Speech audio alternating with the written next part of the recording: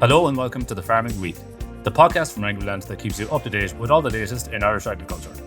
I'm Charles O'Donnell and I'm joined by Louise Hickey and Colm. Well, we hope all of you who attended the National Ploughing Championships last week had an enjoyable time there. The National Ploughing Association has said it was a successful ploughing, helped in no small part by the excellent weather we had last week. Some 244,000 people attended the event over the 3 days, an increase of almost 45,000 on last year. And we can't go on without mentioning viral sensation Owen Lynch, whose brief interview with Agriland's Breffney O'Brien has taken Ireland by storm. Let's remind ourselves of what Owen had to say. Slurry. Jez, I love the slurry gear.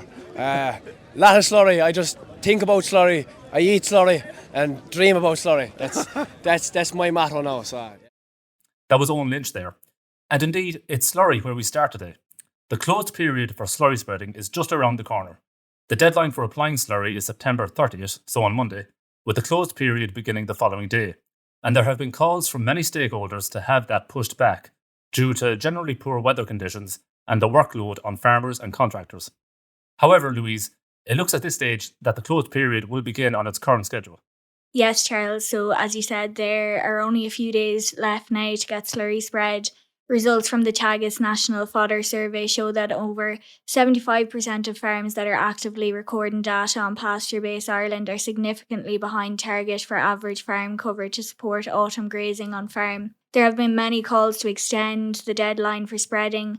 We heard from Sinn Féin spokesperson on Agriculture and Rural Development, Martin Kenny, who's written to Minister McConalogue to extend the deadline for slurry spreading. However, Minister McConalogue confirmed today to the Dáil that the government is not in a position to make the extension. He said that the government's priority has to be under the terms of making sure that water quality is improved and that the country keeps its nitrates derogation. The minister acknowledged that last year he did agree to extend the slurry spreading period to October 15th, but he said this was because the weather in 2023 was what he described as very, very different from what we've had in the last month or even 6 weeks. Here's a clip from the Minister explaining his reasoning. All of our collective priority has to be in terms of making sure that we're improving water quality and in particular that we are keeping our nitrates derogation. And that is dependent on good water quality. And the reason for the closed dates is there for good scientific reasons. So the slurry is spread at a time of year wherever once the nutrients from the slurry hits the ground, that the plants are growing to be able to utilise those nutrients and soak them up into the plant and grow grass or grow crops, rather than sit there in the ground, not getting utilised by a plant and be waiting to potentially leached into the water courses around. And that's what happens from this point of the year onwards. So last year was very different, and I did give a 2-week extension last year, but as we remember that last year's weather was very, very different from what we've had this last month or 6 weeks. We didn't get, the harvest was massively different last year. There was lots of crops unharvested, for example, and that tells you what it was like in grassland as well. And I had indeed to compensate tillage farmers for the unprecedentedly difficult harvest we had last year. Thankfully, the windows have been there this year, whereby ground conditions have by and large been a lot better and the harvest has progressed. So that was the minister speaking there, but Sinn Féin's Martin Kenny had referenced the severe impact of poor weather conditions this summer, and he urged the government to consider these impacts in deliberations to extend the slurry deadline. He said that an extended deadline would alleviate some of the pressures farmers are currently facing when it comes to scheduling various farm management practices during tight time constraints. He said that weather conditions over the last 12 months have been exceptionally challenging. Independent TD for Roscommon Galway, Michael Fitzmaurice, echoed the calls. He said that an extension was needed to give farmers the breathing room they need. Deputy Fitzmaurice has also urged the ministers to step in immediately and grant a 2-week extension to the slurry spreading deadline. Various local councillors have passed on similar remarks, and the Association of Farm and Forestry Contractors in Ireland also called for an extension, stating that the current closing date is not practical after what can be considered to have been a 15-month winter period. However, now, Charles, it is worth noting that some farmers may be entitled to extend the deadline to October 15th in exceptional circumstances only, provided they meet certain predefined scientific criteria sanctioned by the Department of Agriculture, Food and the Marine, and they must be approved by an official there. And these circumstances may relate to weather conditions, grass growth, proximity to water sources and individual farm drainage pathways. And in related news, Louise, it seems that farmers who may have been hoping for grant aid for dribble bar low emission spreading equipment might be disappointed.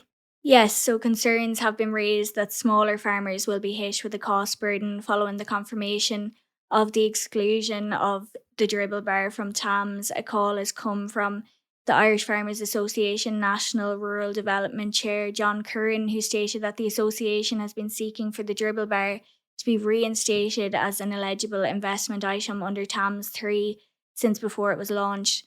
The IFA National Rural Development Chair said that we all know the ammonia and emissions challenges that the sector is facing this year.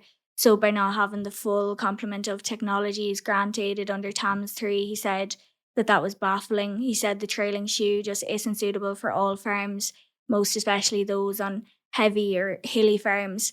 The IFA Farm Business Chairperson Bill O'Keefe also said that the trailing shoe is just too heavy of a machine and it needs more horsepower in the tractors to pull it. He also pointed out that while trailing shoes cannot be retrofitted as an existing tanker, a dribble bar can be fitted to many. From January 1st, farms with stocking rates between 100 kg of nitrogen per hectare and 130 kg of nitrogen per hectare will be required to spread slurry using low-emission slurry spreading equipment. Many of the farms that will be affected by this change currently use splash plates and will have to upgrade their equipment to either trailing shoe or dribble bar. While the slurry spreading closed period will begin from October 1st, that day will also see the announcement of Budget 2025, with the country eagerly awaiting what is understood to be a relatively generous budget. Well, farm organisations and other stakeholders in the agri sector have been getting their last orders in for the last week or so in terms of what they want to see in the budget. Louise, what have these stakeholders been calling for as we get nearer the budget announcement? Yeah, Charles, so with Budget 2025 just around the corner, we know so far that it'll see a total of €105.4 billion in terms of expenditure being made available across the board in the country. This is an additional €6.9 billion compared to last year.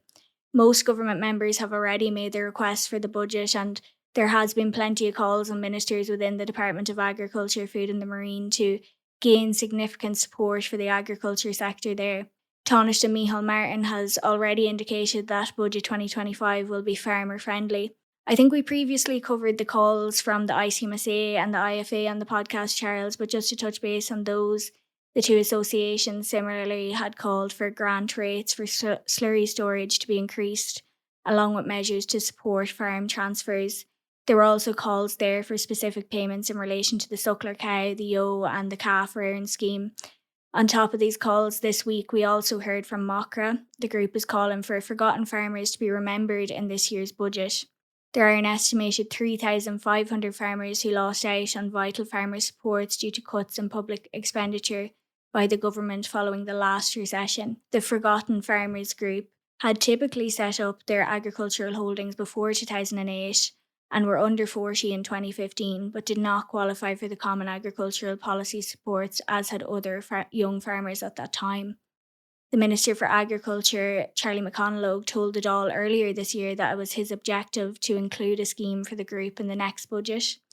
President of MOCRA, Elaine Houlihan, said that every effort must be made to accommodate the forgotten farmers through the provision of a scheme that should be rolled out before the end of 2024.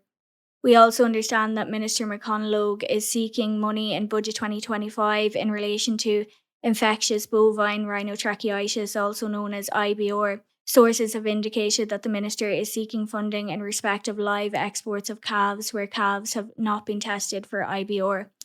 It is understood that the Minister has told his Cabinet colleagues responsible for delivering the budget that he is concerned that Irish calf exports could be curtailed without funding in place for an IBR-related measure.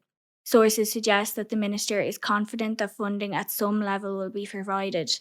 Sources also say that Minister McConalogue is looking to increase the current rate of payment under the beef welfare scheme from €50 per calf to €75 per calf, for an increase of €25 per calf. It is also understood that the Minister wants to increase the rate of payment under the sheep welfare scheme from €20 per ewe to €25 per ewe.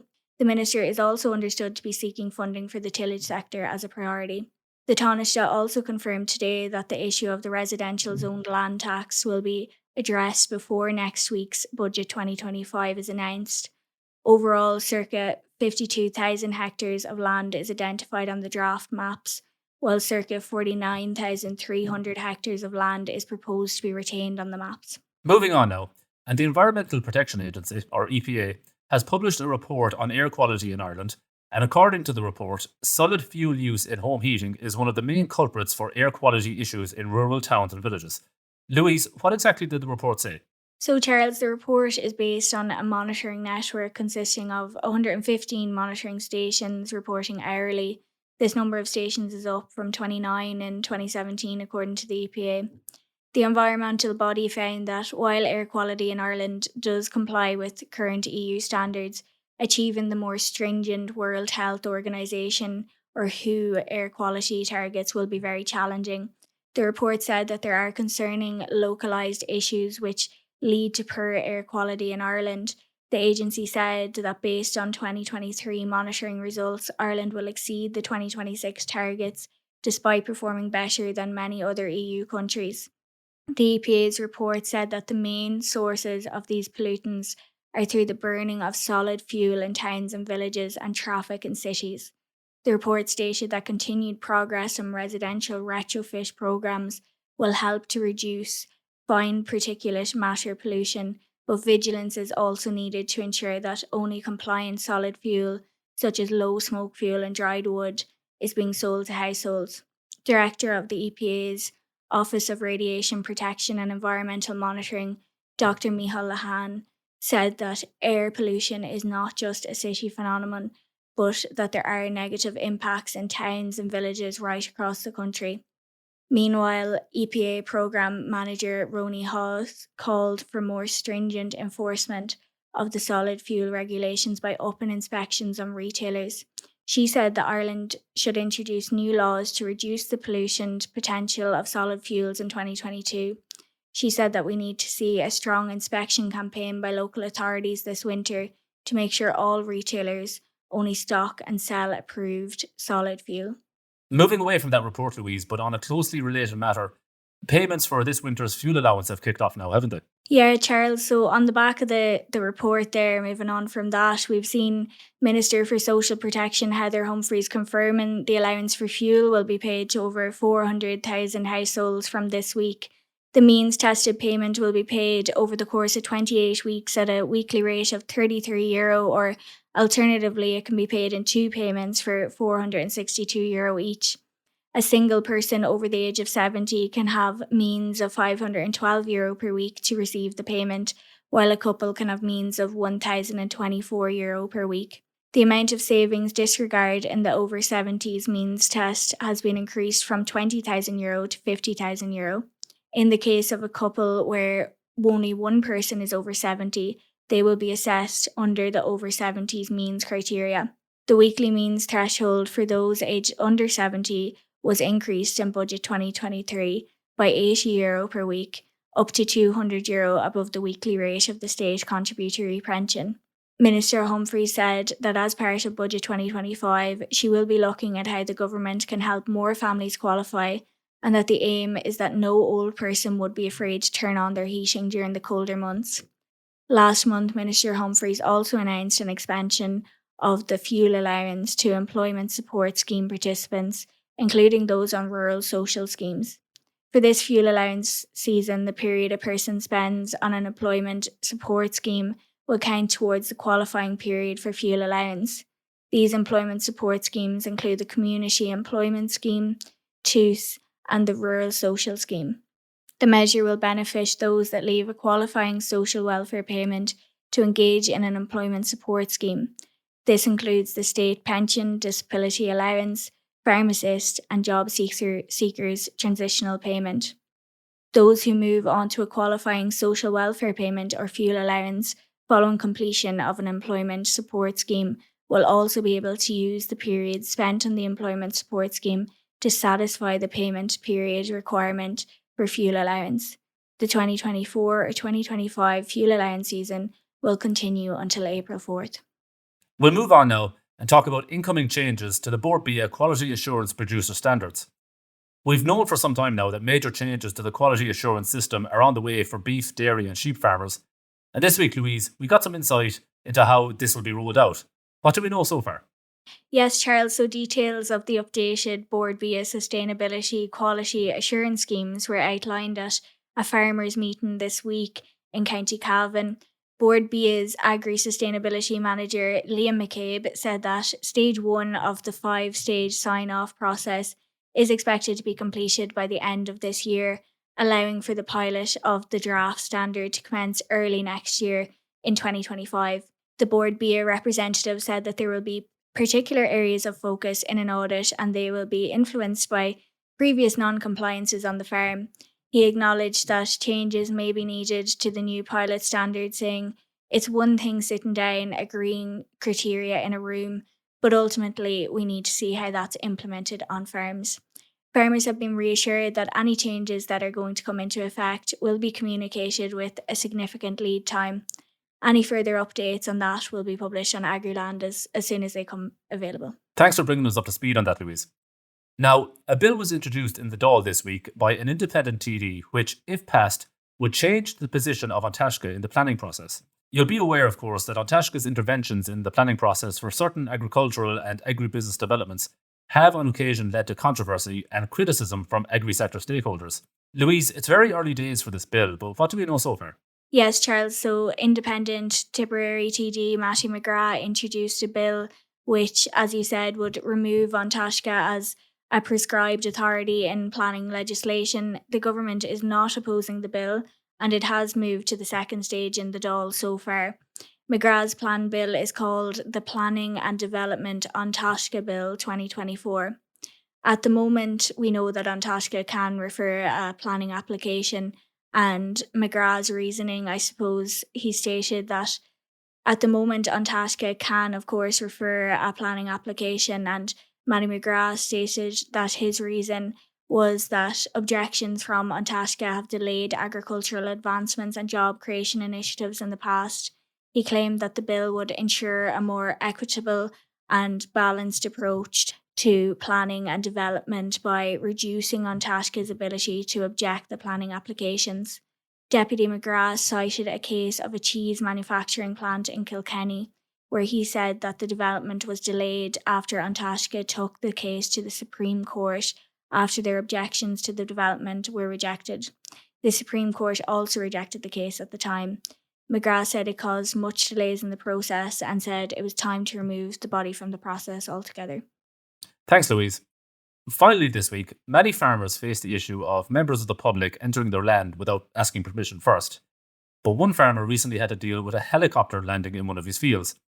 However, he had a novel idea on how to deal with that. Colm, what happened here? Yeah, so Johnny Kilcullen, he's a sheep farmer with land around the pier in Enniscrone in County Sligo, which is a very popular destination for visitors. So he would be used to the odd helicopter flying around the area, like the Coast Guard or other private helicopters. But last week, there was a helicopter that had landed in his field overlooking Killala Bay on the same day that an ex-smuggling ship called the MV Shingle was actually due to be sunk, placed on the seabed to become Ireland's first artificial reef. So that day when Kilcullen, he spotted the helicopter in his field, he'd asked around. None of his family members had been told that there was a helicopter to land.